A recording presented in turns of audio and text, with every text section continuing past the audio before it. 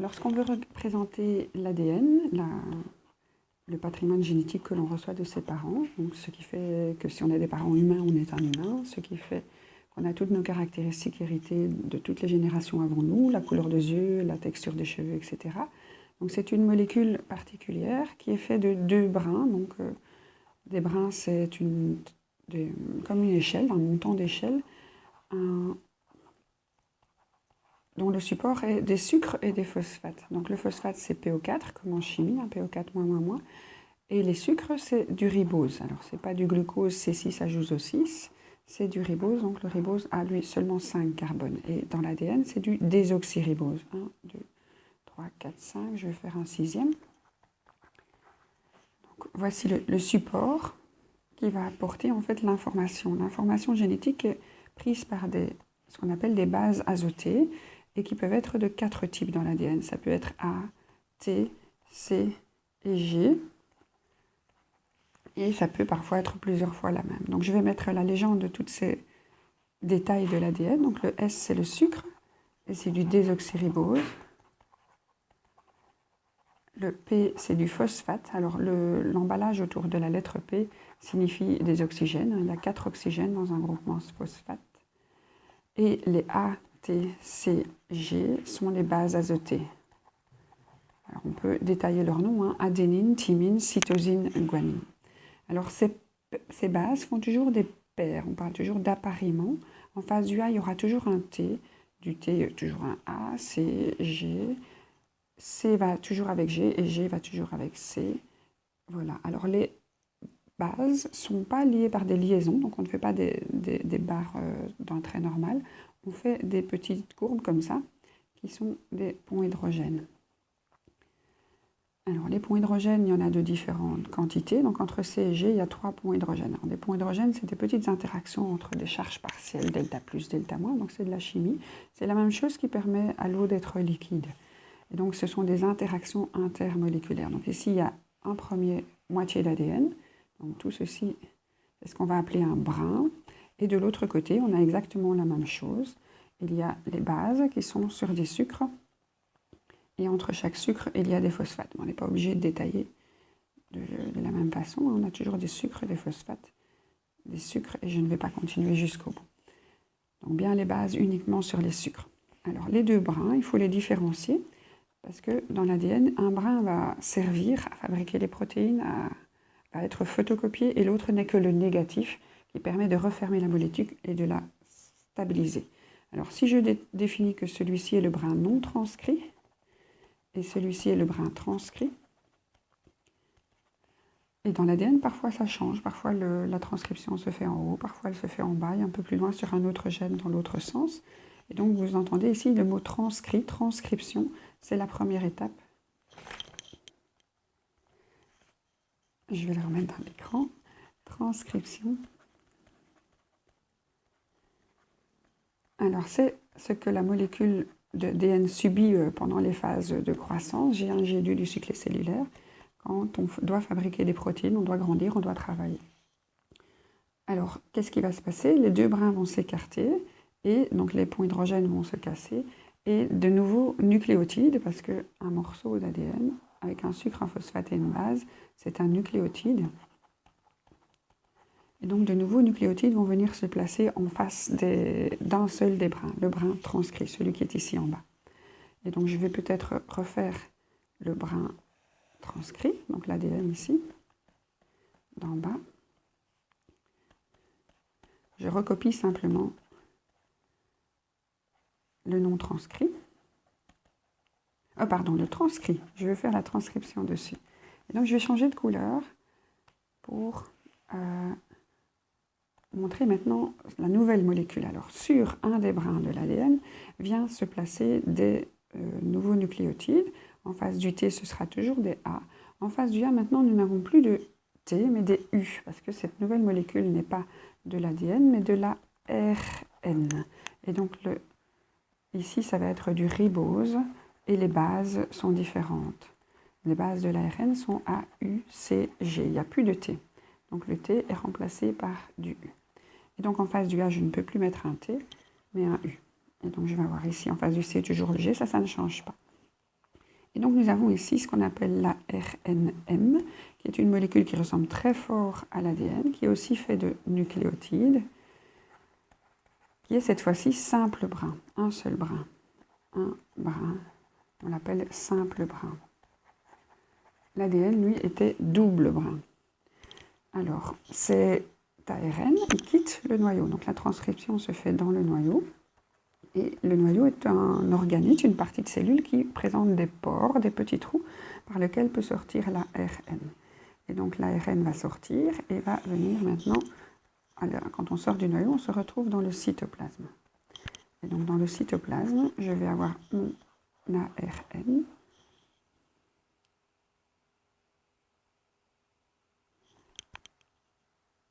Je recopie mon ARN.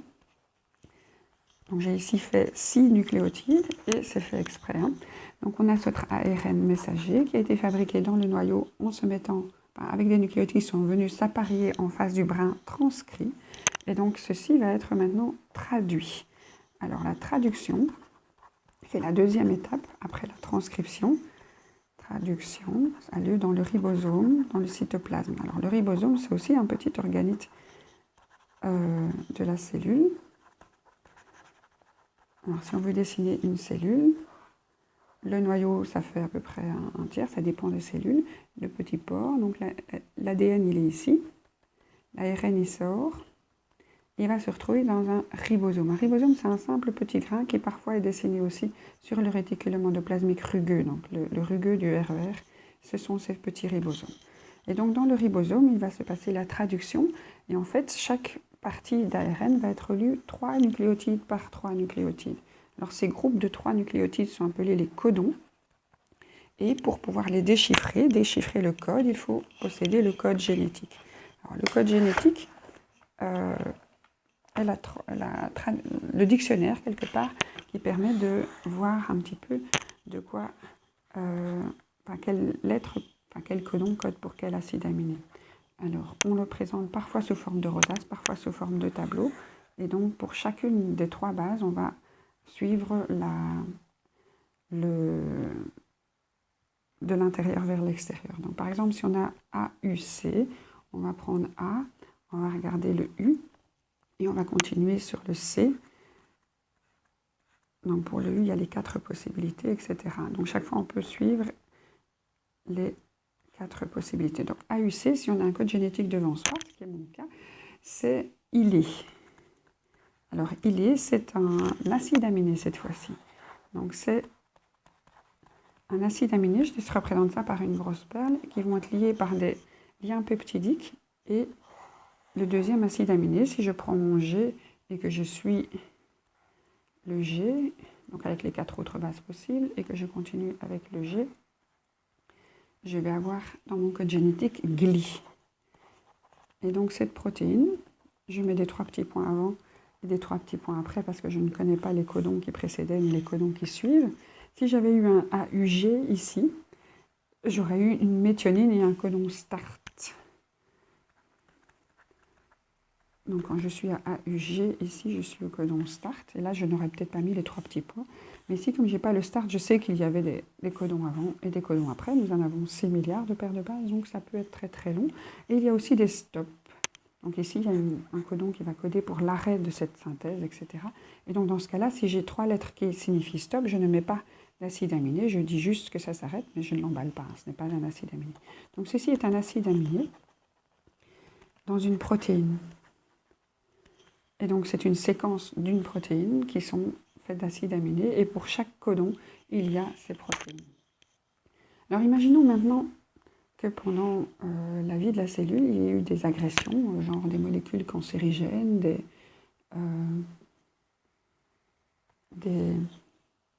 des UV, et que ça provoque des mutations dans l'ADN. Alors, on peut avoir une mutation qui est une simple substitution. Donc, remplacer un G par un T, par exemple. Donc ça, c'est une mutation. Alors, qu'est-ce que ça va provoquer? Donc ça, c'est une substitution, une mutation. Imaginons qu'il se soit passé ça. Alors, si ça s'est passé à un endroit dans l'ADN, chaque fois que la cellule va se dupliquer, eh bien, cette c'est en face de cette base-ci que le nouvel ADN va venir se placer. Et donc, dans le brin transcrit, on va non plus avoir un C, mais un A. Et en face, on aura un U, pardon, c'est un ARN, on ne peut pas avoir de T. Donc, en face du nouveau A, il y a un nouveau U. Et si on a un U dans l'ARN, qu'est-ce qui va se passer? Donc, c'est G, G, U, je regarde. G, G et le U. Oh, ça reste une glycine. Et donc, cette substitution d'un G par un T, c'est pas grave. On a le même acide aminé. Donc ça s'appelle une substitution qui a zéro conséquence. Donc c'est une mutation silencieuse. Une mutation silencieuse, elle n'a pas eu de conséquence pour la cellule.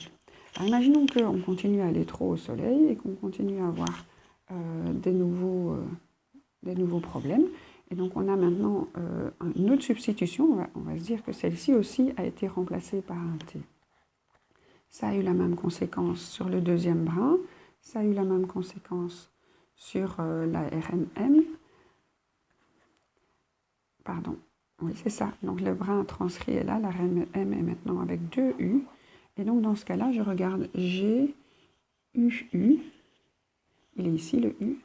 Et je regarde G, U, U. Ah, ça donne un val. Alors ça va être problématique ça. On va avoir maintenant un nouvel acide aminé. On a un acide aminé différent. Donc ça, c'est une substitution aussi, une mutation. Mutation, et cette fois-ci est faux sens. C'est-à-dire qu'on a changé l'acide aminé. Alors qu'une glycine remplace une valine, pour une protéine, ça peut être un gros problème. Parce qu'une protéine, elle a des acides aminés qui vont se mettre en hélice avec des interactions hydrogènes. Certains acides aminés vont provoquer des tournants. Celui-là, c'est... Je ne reviens plus sur le nom, mais c'est un acide aminé particulier.